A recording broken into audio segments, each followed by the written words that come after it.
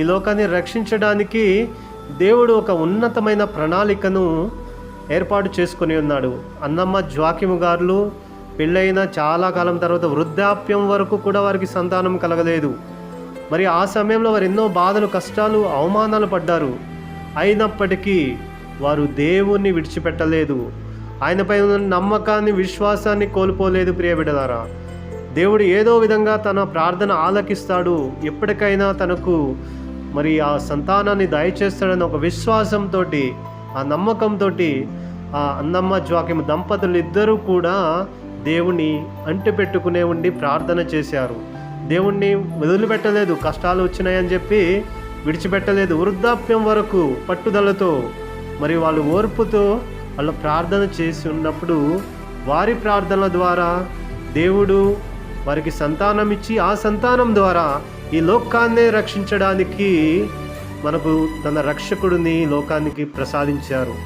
కాబట్టి ప్రియ సహోదరి సహోదరులారా, మనం మన జీవిత యాత్రలో ఎన్నో కష్టాలు, ఇబ్బందులు, ఇరుకులు వస్తూ ఉన్నప్పుడు మనం దేవునికి ప్రార్థన చేస్తాం, కన్నీటితో మొరపెడుతూ ఉంటాం.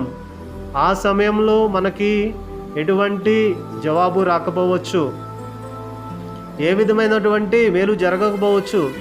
కానీ మనం ఊహించిన దానికంటే దేవుడు తన కాలంలో, తన సమయంలో మనకి ప్రసాదిస్తారు. మనం చేసినటువంటి ప్రతి ఒక్క ప్రార్థన దేవుడు ఆలకిస్తారు. ఏ ఒక్క ప్రార్థన కూడా ఆయన విడిచిపెట్టడు. కానీ దానికి తగిన కాలంలో జవాబునిచ్చి మనకి ఆశీర్వాదాలను అందిస్తారని చెప్పి ఈ యొక్క అన్నమ్మ జ్వాకిముల పండగ ద్వారా మనం తెలుసుకుంటూ ఉన్నాం. అదేవిధంగా ఈరోజు గ్రాండ్ పేరెంట్స్ డే కూడా మనం జరుపుకుంటూ ఉన్నాం. యేసు ప్రభు తన తల్లి అయిన మరియమాత యొక్క తల్లిదండ్రులు అన్నమ్మ జ్వాకిము గారులను ఎంతో ప్రేమించారు, గౌరవించారు.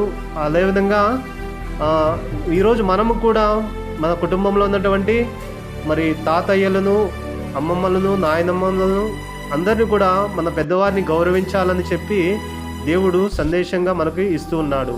ఈ పండుగ ద్వారా మనము కూడా విశ్వాసంతో, ఓర్పుతో, సహనంతో దేవుణ్ణి ప్రేమిస్తూ మరి దేవుణ్ణి అంటిపెట్టుకుని ఉండాలని చెప్పి దైవ సందేశంగా ఈరోజు మనకి ప్రభు ఈ సందేశాన్ని ఇస్తున్నారు. ఆమేన్.